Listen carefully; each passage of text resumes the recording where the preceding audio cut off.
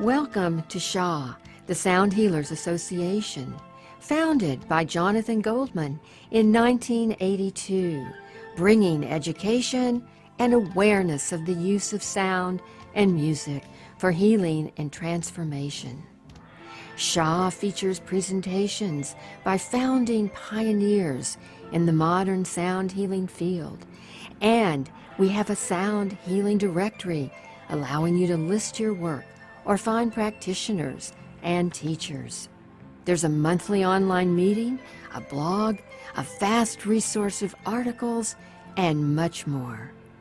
SHA, the Sound Healers Association, is dedicated to bringing harmony to the world of sound.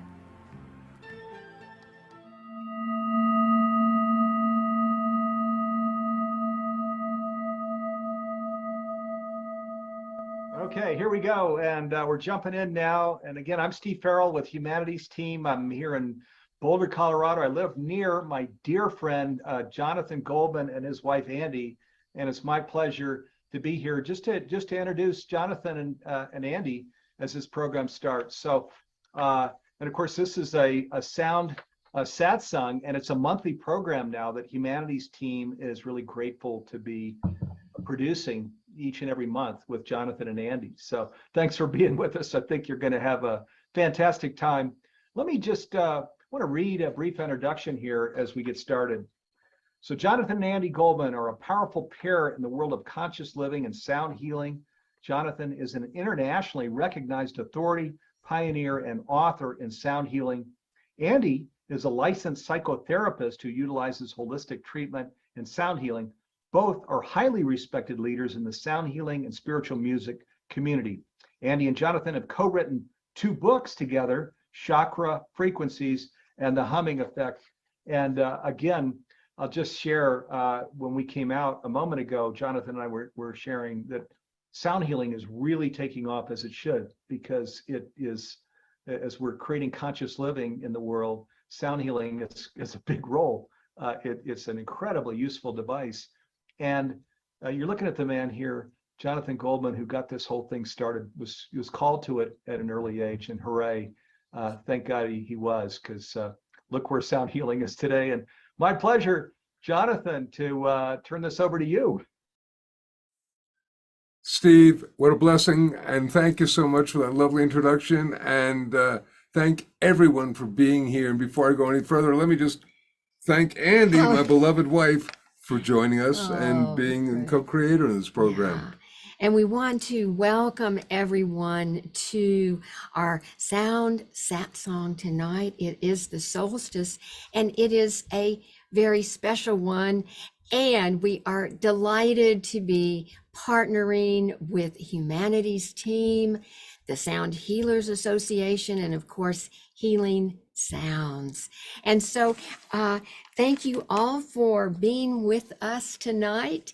And we have a lot to cover. Oh, it's wonderful. I'm so excited. First of all, everybody, again, thank you so much for being part of this wonderful sound satsang, this, if you like, community that is engaging in working with sound, understanding sound, using sound to shift planetary vibrations. I mean, what a gift and a blessing. And here it is on one of the most cosmically powerful nights of the year, the night of the summer solstice. Right. So we're going to be doing some great stuff tonight. So thank everyone. It's going to be a really rocking time. But not only is it the summer solstice, Jonathan, but for us, it is our anniversary of doing the sound satsangs, because we actually started 1 year ago today on the summer solstice. So we are just so happy and grateful to be here tonight. And thank you, Steve, for that lovely introduction. And we're grateful. We are just grateful. But let me give everyone an overview of what we're going to be covering tonight, Jonathan. Last month, we started talking about, our topic was mantras. So we knew that we could not cover all the material that we had in just one satsang. So tonight is a continuation, and we're calling this Mantras Part 2. And so along with that, Jonathan has created a gorgeous video, and it does have a mantra, the Om Mani Padme Hum, which we are all going to tonight be able to chant together. So we'll have that video coming up. And of course, we'll have our global sound healing video coming up as well. I'll be talking about the solstice and the energy of this powerful time on our planet. So I don't think I've left anything out, Jonathan. So without further ado, let us begin on mantras. On mantras. And indeed, we're going to recap a little bit because indeed, as we were doing this last month, we sort of got about halfway through what we wanted to do and thought, okay, it's time for mantras part 2 next month, and this is it. Andi, would you perhaps refresh and just capsulize, recap, summarize? Well, a mantra is basically a word or words of power, and it can be anywhere from a 1-syllable mantra to 100+ syllables. But the important thing is that it is a repeated the mantra, there's repetition, and that is what really brings the power. And of course, mantras began in India. However, every tradition has mantras. The Tibetan tradition, which is we're going to be doing tonight. We've also got the Hindu tradition, the Aramaic, the Hebrew, Christian, Jonathan, I mean, just the you name universal, it, Islamic, just all these different traditions have words that are repeated that one uses as the magic words, if you like, to basically get in touch with the divine and achieve certain healing and miraculous things. And one of the things that's very, very important is to understand that once again, so because mantra as an umbrella originally did come from India as a term, but nowadays you can turn on a TV show and see somebody going, and your mantra is, remember to floss your teeth or something like that. And that could be a mantra if somebody does it. Repeat it enough, because here's the big do. It's repetition, and through the repetition, sound on a level is a cumulative thing. So the more that you do it, the more powerful it's going to be. If somebody says, oh, I chanted Om once, all right, that's not going to do it. But if you're chanting Om or Om Namah Shivaya or whatever, 100 times a day or 100 cycles per time and doing it all the time, that's different. That's going to have an effect. And the last thing is that mantras, if you like, are sonic formulas that have specific purposes. With this in mind, then we get into the question of, does, first of all, the pronunciation of the formula matter? We talked about that last time, and that consensus seemed to be, well, it really, it depends on the tradition, because there are some traditions that really do insist on pronouncing each syllable correctly. and some teachers and gurus. And which is fine. And others are not that concerned about the actual pronunciation. They're actually more concerned about utilizing the mantra as a mental vibration, really, that allows the mind to go into levels of awareness that it otherwise might not. And as we're chanting a mantra over and over and over, it helps to kind of calm down, if you will, that monkey mind. It helps us to go beyond that noisy internal dialogue that we all struggle with, I think. And so it's when we chant a particular mantra over and over, and we have a special purpose, it really has the ability to shift our consciousness and to bring us into a deeper state of awareness. I'd like to suggest that some mantras are specifically designed to be silently chanted, such as the TM mantras, which are also specifically at least attempted to be have no specific meaning. So it is done mostly as a distraction for the mind that people can do. And others, once again, people will chant mantras aloud. People will do the mantras silently.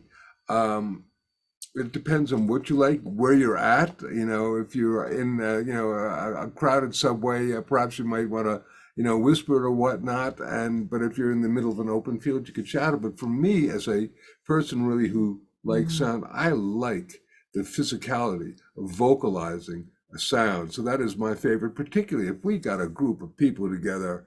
There is nothing like intoning a mantra together and doing mantric chanting together in a group. That is interdimensional. Yeah, it absolutely is. And it really reminds me of when we were doing our 10-day Healing Sounds Intensive, Right. which we did for 21 years. And each evening the group would gather. We had about 100 people, and we would teach a mantra, and then we would do chanting and drumming, and it was such a beautiful experience. And so tonight, one of the chants that we used to do a lot was the Om Mani Padme Hum chant to enliven our compassion. And that's the one we're going to be doing tonight. But we have a lot more to talk about with mantras. Oh, for sure. Jonathan, I'm thinking of too the scientific aspects Right. of Well, mantras. I want to talk about that, but just also for a moment, just the idea that silent mantras are also, there's a whole aspect of yoga called Shabd yoga, where literally it's tuning in through inner listening to higher levels of consciousness. And that level, you kind of listen to the internal Om within, so to speak. So there's so many different ways of working with these words of power. And we had, for example, some questions. And yes, indeed, if you write us, emails at info@healingsounds.com, we check them out and we talk about it and say, oh, that's a really good question. And I think this one had to do with just using, for example, infinite love and gratitude as an affirmation. Would that be considered? Would that be considered a mantra? And of course it would be. And of course that's Darren Wiseman has his whole program, Infinite Love and Gratitude, and they say it all the time, and we say it all the time. And yes, indeed, if it's if it's repetitive, it is a mantra. So I wanted to say infinite love and gratitude to everyone. Joe Dispenza's got some from the Hawaiian tradition, etc. The Ho'oponopono. So you can almost use an affirmation as a mantra there. I want to say another question that we got. We're going to go into the science and medicine in a second, but just is the question of, does music enhance mantras? It was such an interesting question because on a level, when I first began investigating mantras many years ago, more than 40 years ago, it was mostly straight from India, and there for the most part, they were just chanting a mantra over and over. Most of them were not even singing, it would just be the recitation of a mantra over and over. And then the first one that I really remember it being sort of musical was Robert Gasson on Wings of Song. Did a version of Om Namah Shivaya. And that just took off and became extremely popular. And that opened the way then for other different people to start working with musical chants. And there are a gazillion people, whether it's Diva Pramal or Wa or whatnot. And a lot of these people also do the chants as kirtans. Now, what's a kirtan as opposed to a mantra? Kirtan, of course, as many of you know, is sort of a call and response. So you could perceive of, somebody says Om Namah Shivaya, and then people sing back Om Namah Shivaya, and it's great, and it's so much fun. And boy, it really boosts you out. And that's sort of a subcategory of mantra, if you like. Right. And one of the things that we did want to touch on in this program tonight was, what is the science behind mantras? And when we were really doing our research and investigation, there's not a lot of research available about the science behind mantras. And I know we did come across, I'm particularly remembering Ranjit Singh, who was a Canadian doctor, and he wrote a beautiful book called Self-Healing. And in his book, he did actual research on chanting and did discover that melatonin was released. And so we came across that. Oh yeah, and there was some Yeah.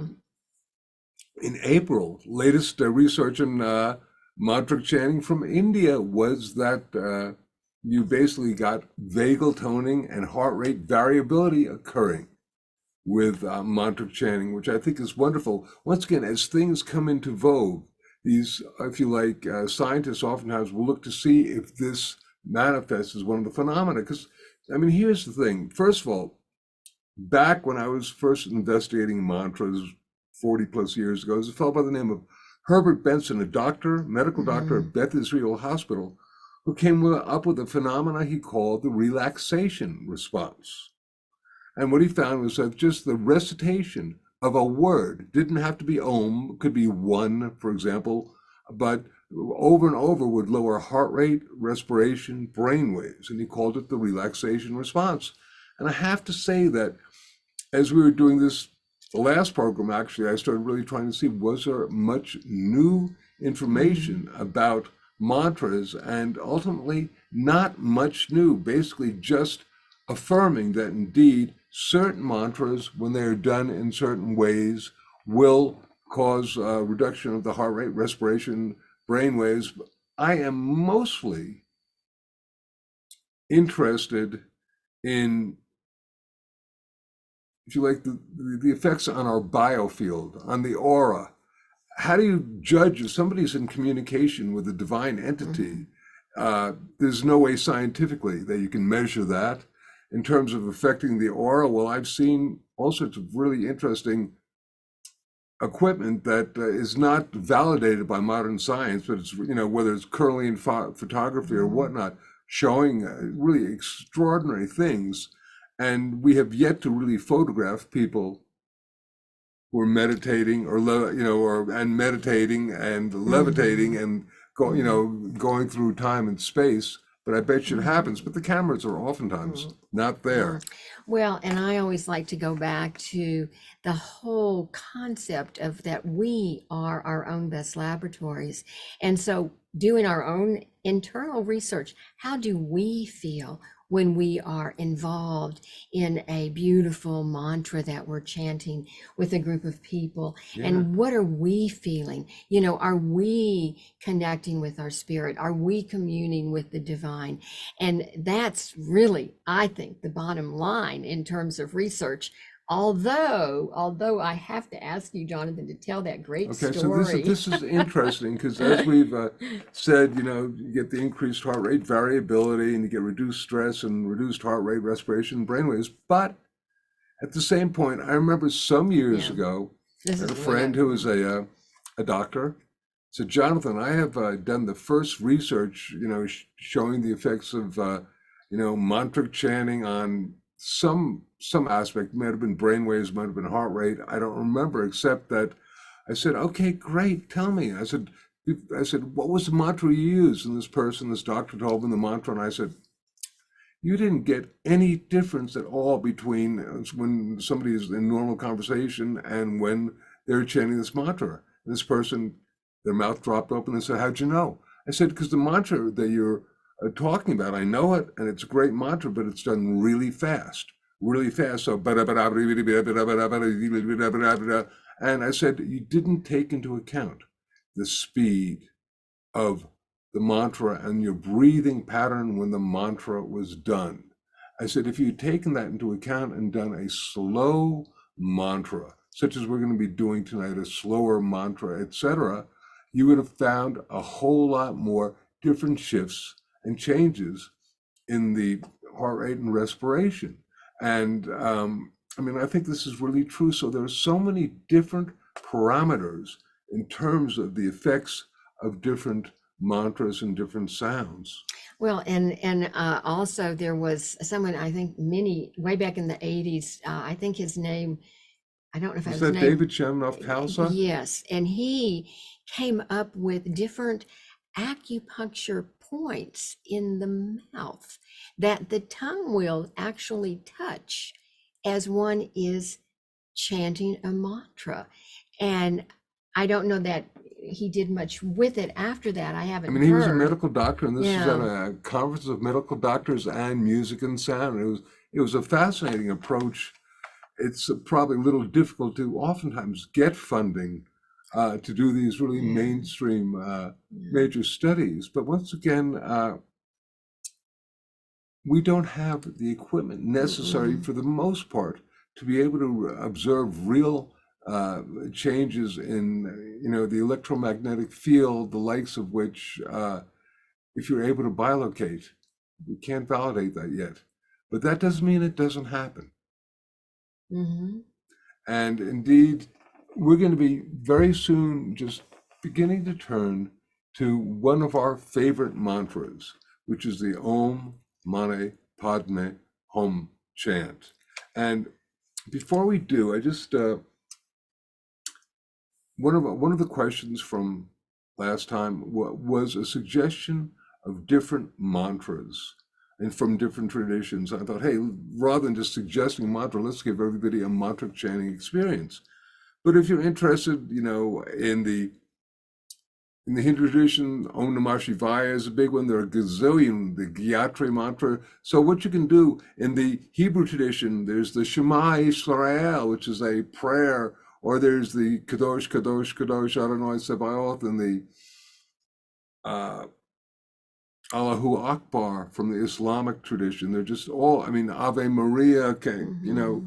you can go on and on. So if you're looking for a mantra from a specific tradition, Google it, then see if it trips lightly on your tongue. You just try it and see what is the purpose of this mantra. Mm-hmm. That's really, really important too, because Well, I think it's important to know what the purpose is of why you are chanting a particular mantra, and so tonight, what we had wanted to do was to give everyone an experience where we will all be together chanting a particular mantra. And the mantra that we have chosen to really focus on is the mantra to the Avalokitesvara, who is the Buddha of compassion in the Tibetan tradition. And so the Om Mani Padme Hum probably, Jonathan, is the most popular Tibetan mantra. except for Om. Om is like got everybody Yeah, beat in any yeah. tradition. Well, and Om is interestingly, Om begins almost all mantras. Yeah, that's So right. Om begins it, and in Om Mani Padme And the hum Hum, ends it. and Om. Om Mani Padme Hum. And so anyway, so tonight we want to talk a little bit about the Avalokitesvara and the Om Mani Padme Hum, because the translation is very interesting. It is the jewel in the center of the lotus. Now, let's sort of tease that apart, because what we're really talking about is the jewel representing compassion, the jewel within the lotus of the heart. So it is the compassion that we want to have embodied in our heart chakra.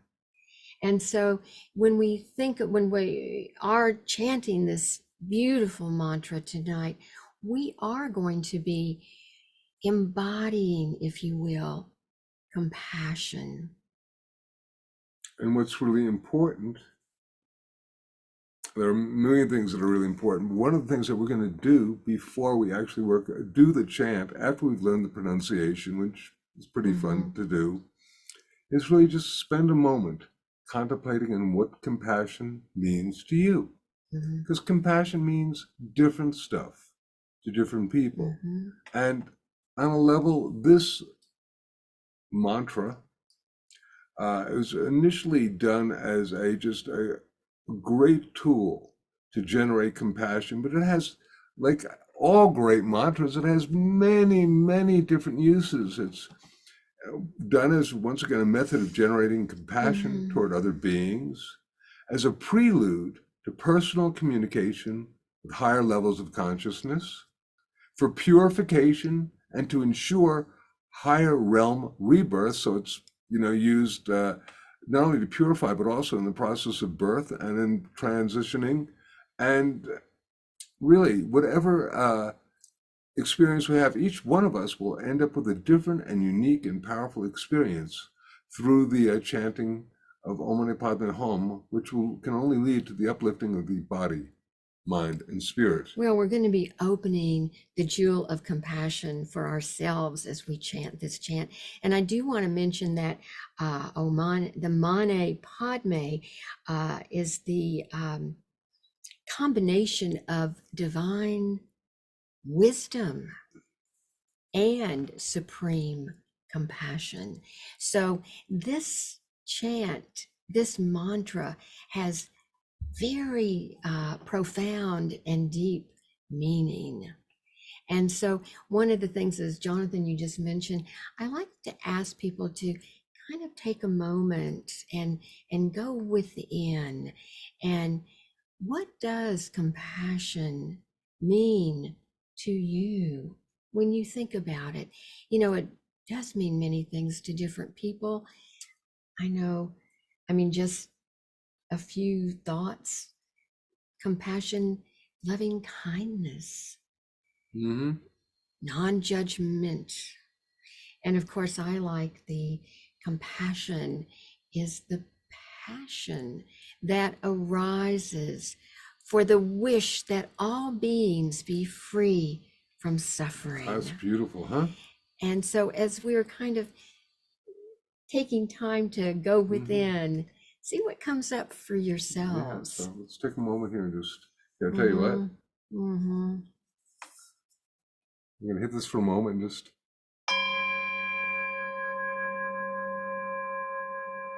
think about what compassion means to you.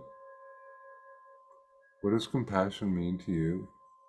And I want to suggest too that we're going to be in this video looking at different tankas of the Avalokitesvara, the Buddha of Divine Compassion.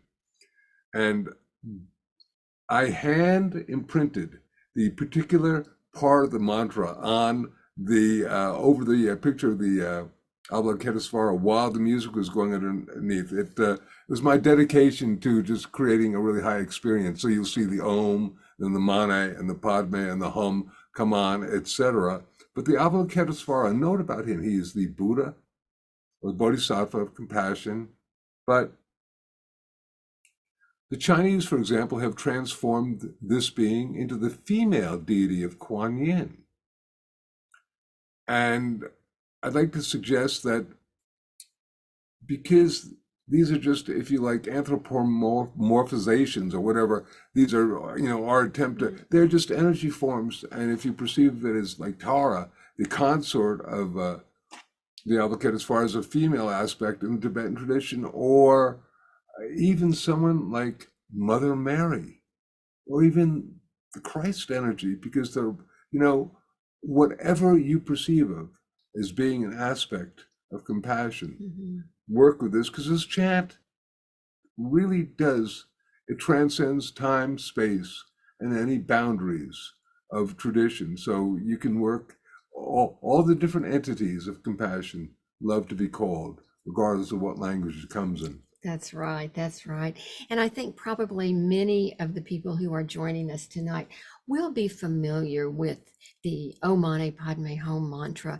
But for those who may not be, Jonathan, let's go over the actual pronunciation.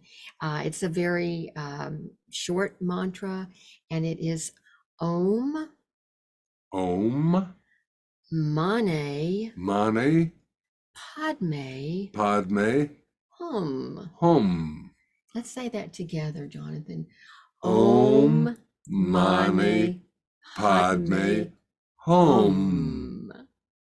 Do once more. Om Mani Padme Hum. Om Mani Padme Hum. And before we do this, I have to tell you a little bit about this. Nobody has ever experienced the music before that we're about to do. The pictures were taken from various collections of the Avalokitesvara, and this obviously, since I hand imprinted the the syllables of the mantra on there. That's never been done. But this music, I don't know where it came from. I mean, I found it in my computer. It was done in by your me, files. in my files. It was done by me, and it featured a whole lot of fabulous sound healers, from our beloved Sarah Benson to Lama Tashi to hundreds of people just chanting. But I could tell the way that I listened to it that it somehow had been done in the studio. It wasn't done as one of our live intensive things. And I found it one time and I listened to it and I said, wow, where did this come from? This is great. And this is the first time that anybody's actually hearing it. So I call it the Magic Mani. And the Mani, M-A-N-I, is just an abbreviation for the Om Mani Padme Hum. So this is the Magic Mani. And I just feel that it was given to share with you all. So I trust that through our chanting with this, it's beautiful to listen to, but do chant along with it, sing along with it, whisper it, vocalize it in some level so that you can hear and feel the energy of this chant. And at the same time, let's take a couple nice deep breaths before we begin. Garth, begin to get this ready to be queued up. It's going to be a minute, but let's just take a moment and think about compassion. What does compassion mean to you, and how can we generate compassion to others throughout the planet? What would happen if people were kind to each other? And how can we generate compassion to ourselves? Because then we can send it out to all sentient beings. So, taking some nice deep breaths, we'll begin our video. Okay, we're ready.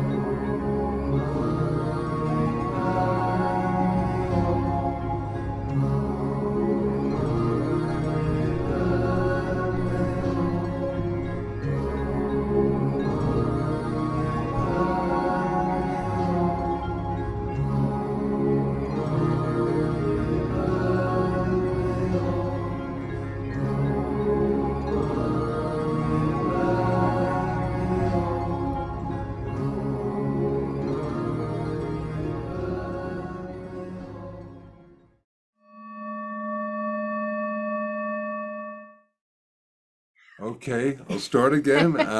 Get our So, technology in order here. yes, well, doing that chant really buzzed me out and I hit the wrong button. And it's okay Yeah. because you need to be in a little bit of silence Mhm. after you've done that chant because it is really in the silence that the real power of the chant and the connection to those things. We trust this is the first Yes. time anybody's experienced that. And I can't see you all raise your hand if you had a good time, but I trust that a lot of you did Yeah. and that it was a powerful, powerful experience. Thank you. Mm. Yes, we do hope that it somehow opened up that jewel of compassion in your hearts. And, now that you know this chant, this mantra, chant it whenever you feel like it. I know even for us, we have a prayer wheel on the dashboard of our car, and it's continuously circling Om Mani Padme Hum, and I Right. feel we're sending out compassion Right. to the world. So it's sending out compassion, sending out sort of protection for us, compassion for others, and it's a great, nice thing. And this is just a wonderful chant. Listen, one of my favorite books is Creative Visualization and Multidimensional Consciousness, which is this thick, by a German Tibetan Lama named Lama Govinda, and it is nothing more or less than a treatise on the Om Mani Padme Hum. And so it's like, it can get really complicated if you want to look into the different layers of the complexity of this chant.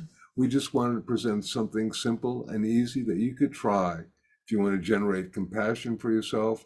It's good for protection. It's good for healing. It's good for all sorts of things. Just one of many, many different mantras that can be used. It is the most popular mantra in Tibet besides Om, but And Tara is also very popular. But Tara is very popular. We love Tara too. In fact, Tara and the Avalokitesvara, two of our favorite deities because they work with the energy of compassion. And talking about compassion, it's time for us to kind of meander over into the world of the solstice energy. Right, it's the summer solstice. Whoa.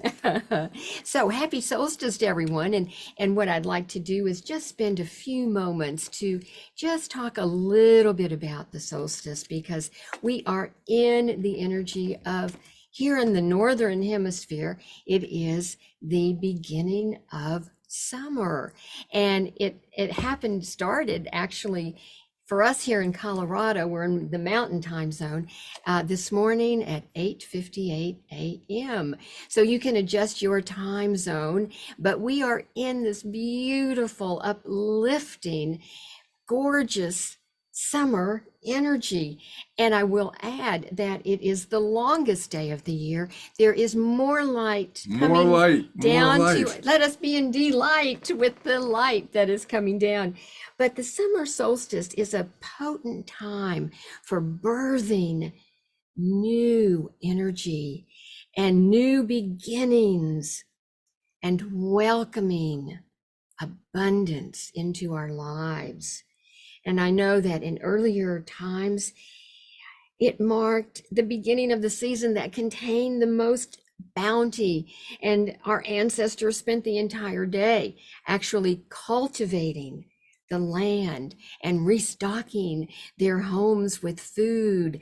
And so there was this real sense of abundance and joyfulness. And I would just want everyone to feel the abundance in their lives with this beautiful summer uplifting energy. It's like this burst of light is coming onto our planet. And I know that these have been and continue to be challenging times for many, many of us. And you may be saying, well, I don't really feel so abundant right now. But what I would like to invite you to do is just for a moment, imagine in your own mind, in your visualization, that you are feeling abundant, even though you may not be. But imagine that you are feeling this abundance and start to be grateful and feel the blessings of the abundance that really is around us all the time. And I do want to mention as well that not only is the summer solstice new, time for new beginnings, but we have Mother Nature supporting our new beginnings, but we have a little bit of a double whammy coming in because just 2 days ago, we had a new moon. And so new moons are always a time for new beginnings. So this is a great time for manifestation. Great time for And manifestation. great time for putting the intention of compassion on our thoughts, our prayers, our wishes, huh? And let's harness this energy that nature is providing for us on this very powerful, potent summer solstice energy. One could almost consider that the summer solstice is a cosmic galactic event. It is. At least for us. And so what a blessing to be able to use this time of more light. And golly, we just did a wondrous, powerful mantra to embody compassion, all that stuff. And we're going to now go into, for those of you who have been part of our satsang before, you know that it's now time for us to be doing our Om for personal and planetary healing.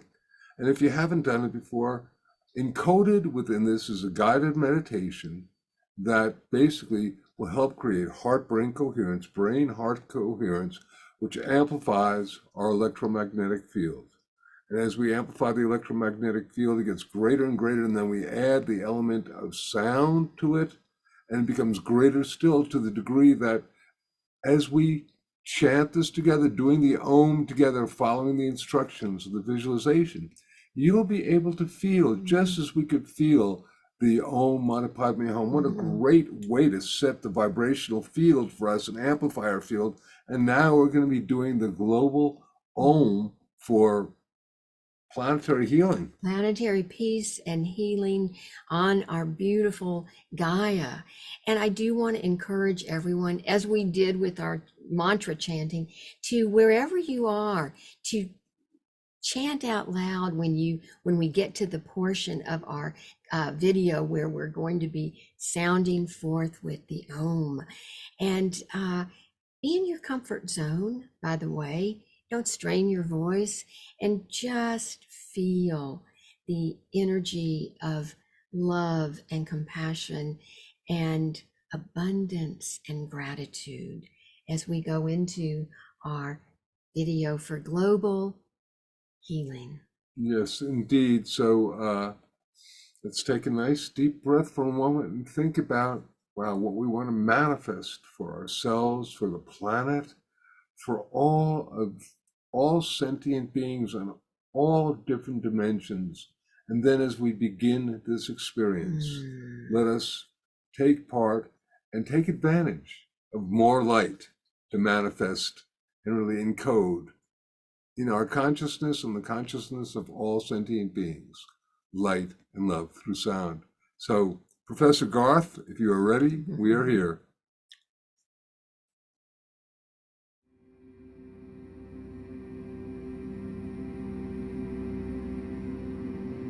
The purpose for this meditation is to project a sound encoded with the energies of light and love, and project healing to the Gaia matrix, our beloved planet Earth.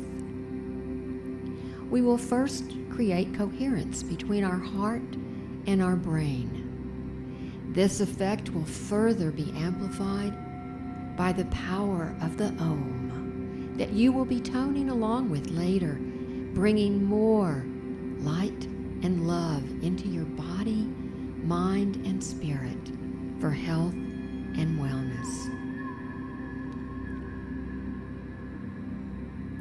And now, begin to focus on your breathing. Breathing in and breathing out. Slowly breathing in and out. And as you're breathing in and out, imagine or visualize that you're breathing in and out through your heart. as you're breathing in and out through the area of your heart, remembering that it is love that breathes each breath, and it is love that causes each beat of our heart. Continue breathing slowly, breathing in and out in this manner. And now, I'd like you to call to mind something that has brought you a great deal of appreciation, gratitude, something that you are feeling very good about. This might be an experience with another person. Perhaps it's a beautiful sunset. It may be a beloved pet, a spouse. But it is something that has brought you loving kindness and gratitude and appreciation. And as you're breathing in and out through your heart, feeling this appreciation, feeling this gratitude, you're creating a beautiful coherence between your heart and your brain. And your heart, through this coherence, is expanding, getting larger and larger, and connecting with all the heart and loving energy on our planet in this moment. This is just a wonderful way of creating a very powerful heart activation, and you'll be amplifying this with the sound of the Om. Continue breathing slowly and deeply while feeling appreciation and gratitude, and imagining your breath going in and out through your heart. Now, visualize this energy and begin to sense a radiant light around you that is permeating every cell of your body and resonating your heart chakra. In a moment, we'll begin to gently sound forth with the power of the Om. And as you do this, visualize the planet Earth as a holographic image floating in front of you. Imagine bathing the Earth in a healing field of light and love that you are creating through your sacred sound. Now, let us begin to make the heart sound of the Om, bringing the energy of global harmonization, peace and healing to our beloved planet, Earth.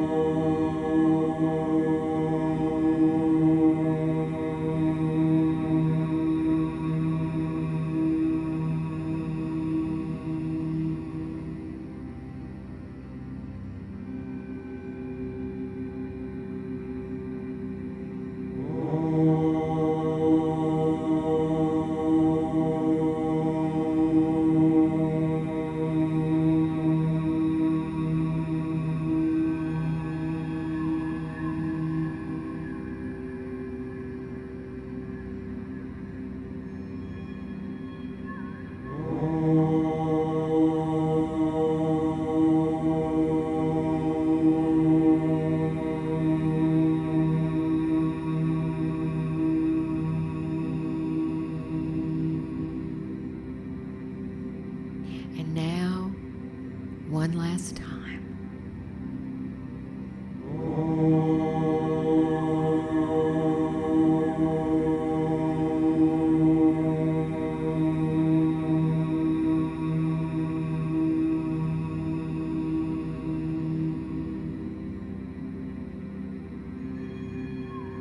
Now, being in silence, visualizing all the light and love through sound that you have manifested, resonating and bringing to Earth and yourself to a deep state of healing.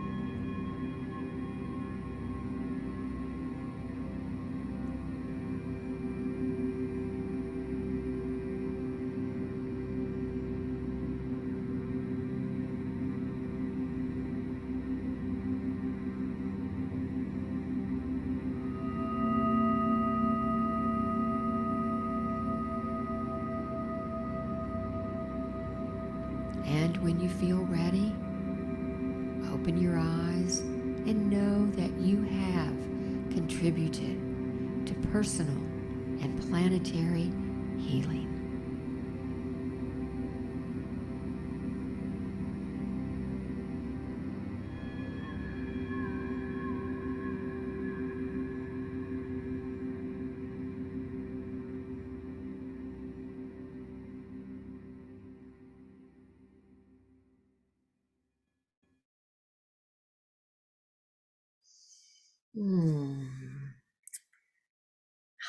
And welcome back, everyone. And gosh, we're so delighted to be able to share with everyone today on this very special, powerful solstice energy. I am, each time we do this, it's different. And this was just really, I don't know if it was just simply the energy of the solstice combined with beginning it with the Om Mani Padme Hum. I'm doing this whole thing, but I'm very blissed out. So I want to thank you all for helping co-create this. And you can bet that this made a difference. And we give thanks because together, working with our light, our love, and our sound, we can make a difference. And remember, we heal ourselves. We heal the planet. We heal the planet. We heal ourselves. We truly can make a difference. And we are so grateful that you've been with us tonight. We want to once again thank Humanity's team, the Sound Healers Association, Healing Sounds, and all the people that Garth, contributed. beloved Garth, the man behind the curtain. Wonderful Garth. And we do hope everyone will join us again for our July Sound Satsang. And in the meantime, many, many blessings of love and light through sound, and just enjoy this great solstice energy that we're in. Right. We keep the buzz on, the bliss, and we just want to honor your time, knowing that because it is the summer solstice, there's so many different activities. So thank you so much for giving us a little bit of your time and energy so that we can co-create in the fields of light and love through sound. Next month, the topic is going to be sacred sound. What is sacred sound? We may even begin to investigate certain angelic beings who work with sound, but that is to be done the next month. In the meantime, keep lots of love and light through sound in your hearts, your minds, your body, minds, and spirits. Thank you. Bye-bye. Bye-bye. Happy solstice.